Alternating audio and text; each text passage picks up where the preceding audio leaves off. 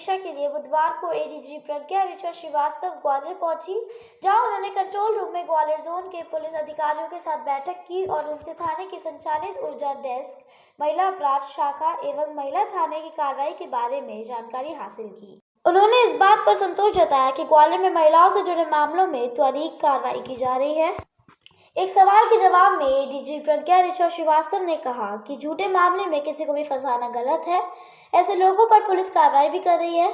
झूठा मुकदमा दर्ज कराने वालों को 7 साल की जेल भी हो सकती है। उन्होंने कहा कि पुरुष हो या महिला, किसी को भी झूठा नहीं फंसाया जाना चाहिए। उन्होंने इस बात से भी इनकार किया कि महिला से संबंधित अपराधों में पुलिस अक्सर पुरुषों को बेवजह परेशान करती है, जबकि कई बार ये मामले झूठे होते हैं। एडीजी प्रज्ञा ऋचा श्रीवास्तव जनकगंज और माधवगंज थाने भी पहुंची, जहां उन्होंने ऊर्जा डेस्क के संचालन से संबंधित जानकारी हासिल की।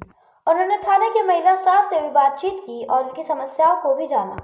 उनका कहना है कि शासन के दिशा निर्देशों के अनुरूप महिला थाना एवं ऊर्जा डेस्क के कार्य प्रणाली को और ज्यादा सुदृढ़ करने के निर्देश दिए गए हैं। महिलाओं से जुड़े अपराधों में त्वरित वैधानिक कार्रवाई करने के अधीनस्थों को निर्देश भी दिए गए हैं। महिला समीक्षा को लेकर आपने बैठक की है, किस तरह से निर्णय निकला, क्या समस्या निकली, क्या नहीं समस्या ही नहीं, ये कई सारी नई पहल हो रही हैं और ये देखने के लिए कि हमारे जो ऊर्जा महिला डेस्क है या हमारा महिला थाना है या जो हमारा ज़िला पुलिस बल है, वो जो मंशा है शासन की या जो प्रक्रिया होनी चाहिए वो फॉलो की जा रही कि नहीं, उसको देख रही थी मैं। और मेरे ख्याल से ग्वालियर बहुत खरा उतर रहा है ऐसे मापदंड पे। ऐसे बहुत सारे भी मैं यहाँ चर्चा ही कर रही थी। इसके पहले भी हम लोगों ने एक बैठक ली, तो पूरे जोन की बैठक थी वो, ग्वालियर जोन की। और निश्चित तौर पे कई अच्छे जो कार्रवाई है यहाँ की जा रही है और अच्छे से हैंडल किया जा रहा है। हम लोग जो निर्देश भेज रहे हैं उनका काफ़ी अक्षर से पालन हो रहा है। देखिए ज़रा कई महिलाएं जो धाराओं का उपयोग करके किसी को फंसा देती हैं, उसमें क्या कार्रवाई की जाएगी? देखिए ऐसा होता है कि जो सीआरपीसी है उसमें धारा 154 है जो कि जिसमें कि हम एफआईआर रजिस्टर करते हैं, और 155 है जिसमें हम कहते हैं कि संज्ञेय अपराध नहीं है। अगर कोई भी महिला या बच्ची या कोई भी व्यक्ति किसी संज्ञेय अपराध की सूचना देता है तो हमें एफआईआर तो लेना पड़ता है, लेकिन उस विवेचना में हम स्पष्ट करते हैं कि ये सही है या गलत है।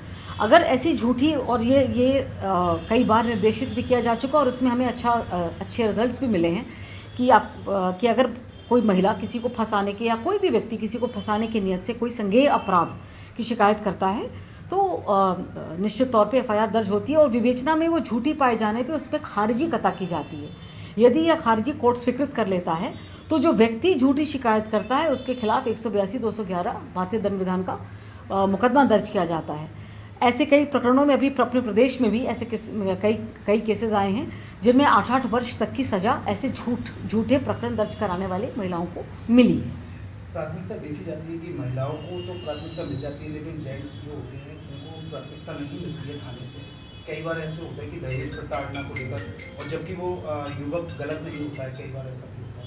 नहीं, ऐसा नहीं है कि किसी को प्राथमिकता दी जा रही है। जब कोई भी कानून बनता है या जो विधायिका है जब कोई कानून लाती है तो निश्चित तौर पे उसके पीछे कहीं ना कहीं यह मंशा होती है कि कुछ चीज़ें ऐसी हो रही हैं जिनको सुधारना है। इस वजह से 2012 के बाद आप सभी जानते हैं जो घटना घटित हुई थी, उसके बाद से ऐसे कई सारे एक्ट आए हैं। अब उपयोग दुरुपयोग तो कहीं भी किसी भी चीज़ का और किसी भी समय हो सकता है, पर हमारा काम यह है कि अगर हमारी विवेचना बिल्कुल सही हो और यदि कोई गलत नियत से या गलती या गलत बात कह रहा है या किसी को फंसाने की नियत से कह रहा है तो वो सामने आना चाहिए। मेरे ख्याल से ऐसा मुझे तो नहीं लगता कि पुरुषों को प्राथमिकता नहीं मिल रही है। यहाँ प्राथमिकता हम परिवार को दे रहे हैं, पुरुष अथवा महिला के बारे में नहीं सोच रहे हैं। हम प्राथमिकता परिवार और समाज को दे रहे हैं।